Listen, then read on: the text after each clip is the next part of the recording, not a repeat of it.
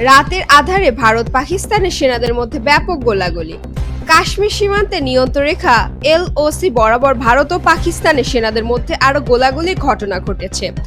রোববার 4 মে রাতে এই গোলাগুলির ঘটনাটি ঘটে, তবে এতে হতাহতের কোনো খবর পাওয়া যায়নি। এ নিয়ে টানা 11 রাত ধরে কাশ্মীর সীমান্তে ভারত ও পাকিস্তানের সেনাদের মধ্যে গোলাগুলির ঘটনা ঘটল। সোমবার 5 মে এক প্রতিবেদনে এই তথ্য জানিয়েছে ভারতীয় সংবাদ মাধ্যম এনটিভি। অবশ্য ভারতীয় গণমাধ্যমে গোলাগুলির বিষয়ে বরাবরের মতো পাকিস্তানের দোষারোপ করা হলেও গতকালের রাতের ঘটনা পাকিস্তানের পক্ষ থেকে বা দেশটির সংবাদ মাধ্যমে এখনো কোনো তথ্য পাওয়া যায়নি।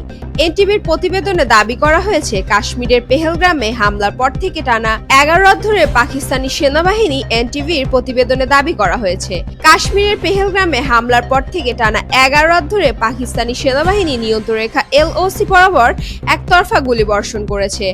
সর্বশেষ 4 ও 5 মে মধ্যবর্তী রাতে কুপরোয়া, বারামুল্লা, পুঞ্চ, রাজৌরি, মেন্দার, নওশেরা, সুন্দরবনি ও আখনুর সেক্টরে ছোট অস্ত্র দিয়ে গুলি চালানো হয়। ভারতীয় সেনাবাহিনী পাল্টা জবাব দিয়েছে।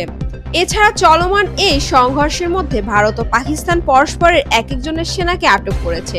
ভারতের বিএফএস সদস্য পূর্ণম কুমার সাহু গত 23 এপ্রিল সীমান্ত অতিক্রম করে পাকিস্তানে প্রবেশ করলে তাকে পাকিস্তান রেঞ্জার্স আটক করে। এর পাল্টা হিসেবে 3 মে রাজস্থান এক পাকিস্তানি রেঞ্জারকে আটক করে বিএফএস। এই গোলাগুলি এমন এক সময় ধরে হচ্ছে যখন এপ্রিলের 22 তারিখ পেহেলগ্রামে 26 জন নিহত হওয়ার পর ভারত ও পাকিস্তানের মধ্যে টানাপড়েন চরম পর্যায়ে।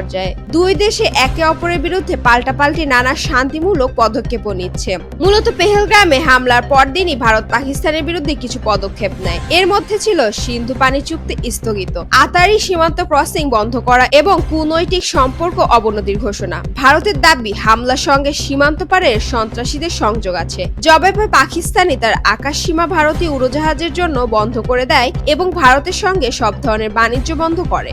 এমনকি তৃতীয় দেশের মাধ্যমে বাণিজ্য বন্ধ করে দেয় পাকিস্তান।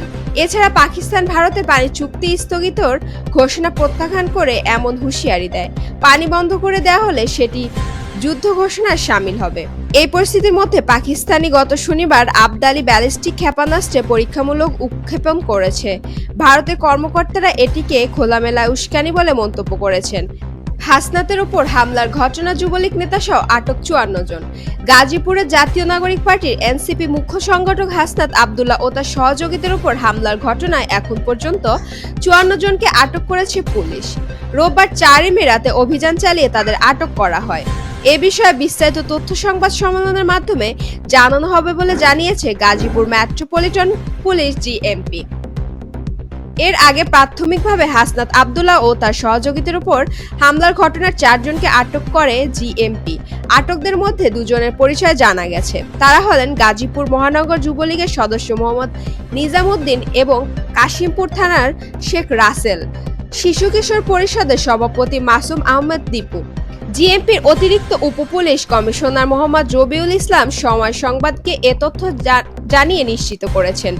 তবে আটক বাকিদের পরিচয় এখনো নিশ্চিত করা যায়নি। রোববার 4 মে সন্ধ্যায় এক ফেসবুক পোস্টে হাসনাতের ওপর হামলার কথা জানান এনসিপির আরেক মুখ্য সংগঠন সার্জিস আলম। হাসনাতের লোকেশন জানিয়ে তাকে উদ্ধারের দলে নেতাকর্মীদের ঘটনাস্থলে পৌঁছানোর আহ্বান জানান তিনি।